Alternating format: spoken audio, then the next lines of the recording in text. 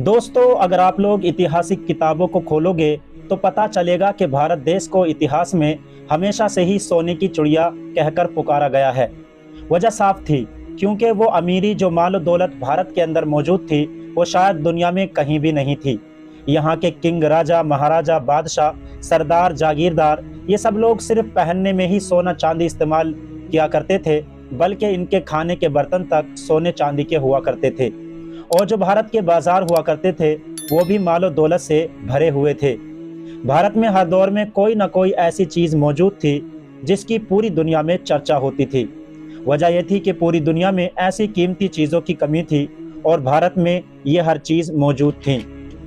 और आज की वीडियो में मैं आपको ऐसी ही चीजों से रूबरू कराने वाला हूँ। इसमें सबसे पहली चीज का नाम है कोहिनूर। इंग्लैंड की गद्दी पर बैठने वाले हर राजा और रानी को जो ताज पहनाया जाता है और उस ताज के अंदर हद से ज्यादा जो चमकता हुआ हीरा नजर आता है वही कोहिनूर कहलाता है।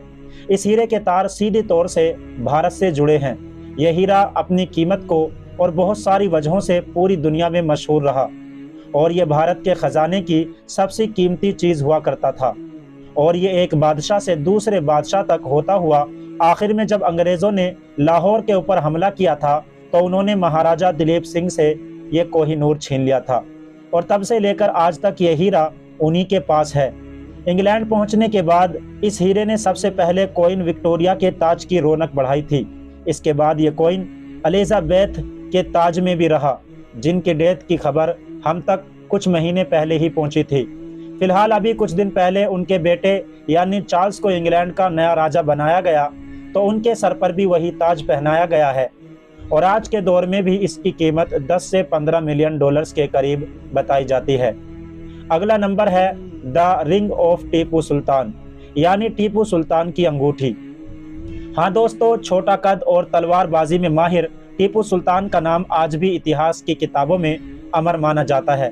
वजह यह है क्योंकि टीपू सुल्तान वो बहादुर योद्धा थे जो अपनी आखिरी सांस तक अंग्रेजों से मुकाबला करते रहे और शायद यही वजह थी कि इन सब चीज़ों की वजह से अंग्रेजों की नज़र उनकी तलवार और अंगूठी जैसी चीज़ों पर पड़ चुकी थी। दरअसल दोस्तों हुआ ये कि 1799 में जब अंग्रेजों के खिलाफ लड़ते लड़ते टीपू सुल्तान शहीद हुए तो उनकी शहादत के वक्त अंग्रेजों ने उनकी उंगली में मौजूद अंगूठी और तलवार पर अपना हक जमा लिया था। हालांकि दोस्तों टीपू सुल्तान की तलवार को तो एक नीलामी में 1.5 करोड़ की कीमत के साथ विजय माल्या ने खरीद लिया था, मगर सन 2014 में जब टीपू सुल्तान की अंगूठी को बेचा गया तो किसने खरीदी थी ये आज तक पता न चल सका। इस लिस्ट में अगला नंबर है टीपूस टाइगर्स, यानी टीपू सुल्तान के टाइगर का। हाँ दोस्तों, उनकी तलवार अंगूठी ही नहीं, उनका तो टाइगर भी इंग्लैंड के म्यूजियम की शोभा बढ़ा रहा है। दरअसल दोस्तों ये जो टीपू सुल्तान का टाइगर है ये 18वीं शताब्दी में बनाया गया था और ख़ास सुल्तान के लिए ही बनाया गया था। उस दौर में जो टीपू सुल्तान की अंग्रेज़ों से दुश्मनी थी इसे उसका सिंबल माना जाता था। उस दौर की टेक्नोलॉजी से बनाया गया ये टाइगर्स एक अंग्रेज़ को मारता हुआ दिखाई दे रहा है।